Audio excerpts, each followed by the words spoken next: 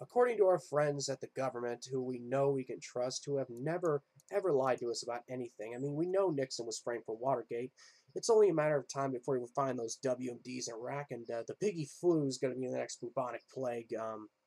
They apparently think that there's a credible yet unsubstantiated report of a terrorist attack on the anniversary of 9/11. So you know the drill, folks. We need to give up all our rights to keep us safe from the boogeymen. Now, they haven't given us any detail as to this credible yet unsubstantiated report, but promise that somewhere, somehow, perhaps maybe, somewhere, someone might blow something up probably. Now, you know our good friends, the government, only want to protect us. Now, I could go for a walk and get hit by a car. I could get murdered in my sleep by a burglar. I could fall off a flight of stairs. I could get struck by lightning. I could even drown in my own bathtub. Now, all those could perhaps maybe happen if I don't do everything my government tells me to do and not question anything. Now, some people call this fear-mongering, but as long as the possibility that perhaps maybe these things might happen to someone at some time and some point, then we must let our government take the necessary precautions to keep us absolutely safe. Now,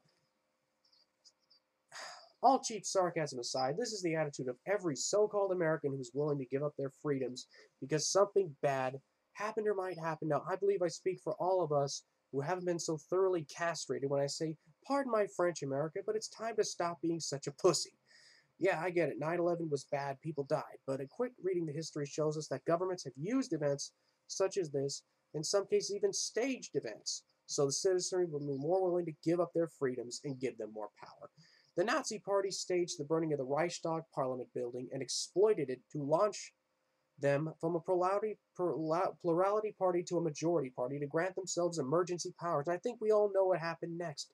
The U.S. government even staged events itself with the Gulf of Tonkin resolution to justify the escalation of the Vietnam War. It said one of our ships was attacked by the North Vietnamese, but it was declassified years later that no attack whatsoever took place. Operation Northwoods was planned. Operation to bomb several U.S. civilian and military targets and blame it on Cuba.